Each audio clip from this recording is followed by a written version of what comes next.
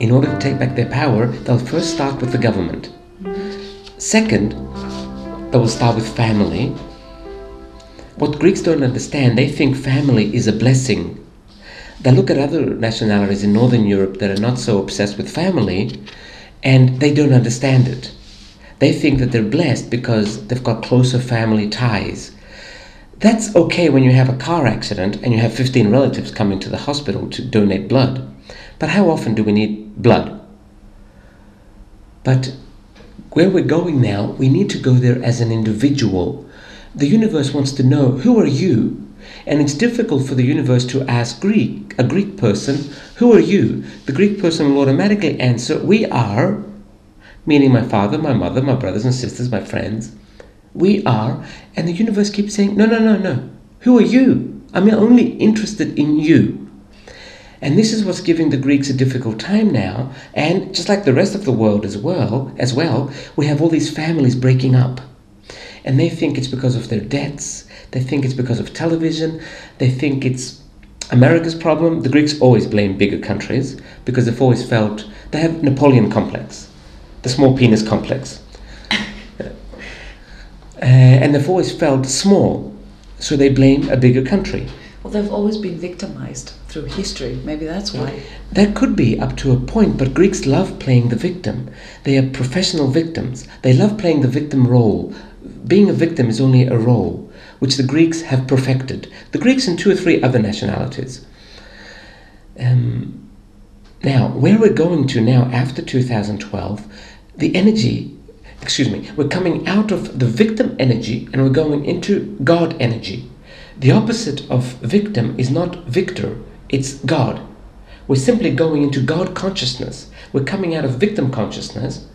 And again, I'm repeating this, sorry. We're going into God consciousness. Because the Greeks are such professional victims, it's like a pendulum. The pendulum has been pulled so far to one side with the Greeks that as soon as they stop playing the victim role, it'll swing all the way to the other side. And they won't only start going into God consciousness, they will go all the way into God consciousness and start expressing God in this reality fully, simply because they have experienced the opposite. So, yes, Greeks are victims or professional victims, or they love playing the victim role, but once they realize this and they let go of this role, because it is just a role, then they will go straight into God consciousness. And it could take a matter of seconds or 2 or 3 minutes at the most. Once you say to yourself, I think I have learned everything there is to learn from the victim role, let me go into the opposite now. Or let me learn from the opposite now. Let me experience the opposite. There's no right words to say. Whatever feels good to you. But do not blame, thank you. Do not blame the victim role. Simply say, I have learned from you, thank you. I'm now ready to learn from the opposite. Do not say phrases like, I don't want you anymore, I don't want to learn from you anymore, you have nothing to give me anymore, because it's an energy. Blaming is an energy. It's ondotita. It's an energy. It is it doesn't matter, we'll find the word. It's okay. Yes, it's at the tip of my tongue as well. Okay. Blaming is an energy. If you say, no energy in the universe wants to be rejected. So if you say to this energy of victim, I don't want you anymore, you're rejecting it. It will not leave you alone. It will hold you very tight, like when a mother's leaving a baby. That's how tight it will hold you. Yeah. So you need to say, thank you for all you have taught me. I am now ready to experience from the opposite. But how can, how can a nation do that when they rely so heavily on religion? Because the Christian God is not a merciful God, as you know. I mean, you are a sinner no matter what you do. And at the same time, they believe in the second coming of Jesus. How can they escape this pattern? There is something called the veil, which is around the earth and around each person. This veil keeps us from seeing other dimensions, other realities, or maybe even reality, because earth is not reality, it's not real, it's a dream. this veil is coming down. It's becoming thinner and thinner and thinner. And very soon, we're going to start seeing more things. And one of the things we're going to start seeing is what works for us and what doesn't work for us. So they're going to start seeing, the Greeks are going to start seeing what doesn't work for them. The way they've been taught religion, it's not that religion doesn't work. For many people it does work. But the way that organized religion works in Greece does not work for the Greeks. So they're all faking it. So it's not that difficult to go from where they are to exactly the opposite, because no Greek is really a fanatical religion. Maybe some 60, 80-year-old people are, but they won't be around much longer anyway with this new energy. But no young person in Greece is really a fanatic. And as they see that, you know what, this doesn't work for me, they're going to let go of it. But that isn't what's holding them back. What is holding us back all over the world, not just in Greece, are our beliefs and holding on tight to our beliefs.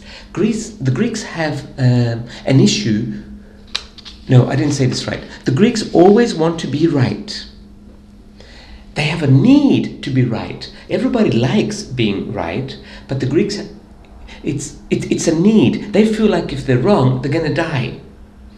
You go to a restaurant and you say, oh, I'm really sorry, I didn't order this, I ordered something else. And the waiter will automatically say, oh, it's not my fault, the cook made a mistake. And you're saying, oh, no, I never said it's your fault. Yeah, it's not my fault. Because it's embedded in them to always be right. This need to always be right is what is blocking us from going into the new energy. What we believe really doesn't matter. It would help us to keep our beliefs a little bit loose, as opposed to holding on tight and saying, this is how it is, this is the only way it is, and I'm right. How about the anarchy that exists in Greece for the last, 1 or 2 years? Okay. Is it going to get any better or is it going to get worse? First of all, the anarchy is beautiful. Absolutely beautiful. Because Greece just fell asleep a long time ago. I remember I came to Greece in the 70s for a holiday with my parents from Australia. And it was beautiful. People were awake. People were alive. It's not that that's the right way to be, but that's the Greek way to be. Being alive has a lot to do with Mediterranean climate and Mediterranean food and Mediterranean energy. And little by little, next time I came back after the 70s was 2005. And I thought I went to a whole different country. Greeks had become like lethargic. And there was no spark in their eyes. And all they could think about was their credit card debt. We didn't have credit cards in the 70s, so life was good. So all this anarchy going on every now and again, which, by the way, because I live right in central Athens, I see it's not nearly as bad as they show it on TV. Yeah. But of course, TV, we need drama, otherwise we would not be watching TV, we'd be watching our lives. But because our lives have become so boring in the suburbs, we just tune into CNN. The anarchy is fine. Will it get worse? We'll have a couple more skirmishes, but if it does get worse, let's remember, there's one question which I always ask in the seminars. Ask yourself, why do the police clear the streets so people can demonstrate? Because we're giving our power to the government. When we go outside Parliament House in Athens and we keep shouting, you did this to me and you did that to me, and I want you to leave, we are giving them more power. This is why the police just clear the streets from traffic and they go ahead, demonstrate. So it isn't wise to demonstrate in the streets because we're giving the same government that we're against, we are giving them our power. There's a very good line in the book and the DVD, The Secret. We've all heard about it, The Secret. There was a very good line in there that somebody said, if you do not like the president, do not talk about him, because he will be re-elected, simply because you're talking about him.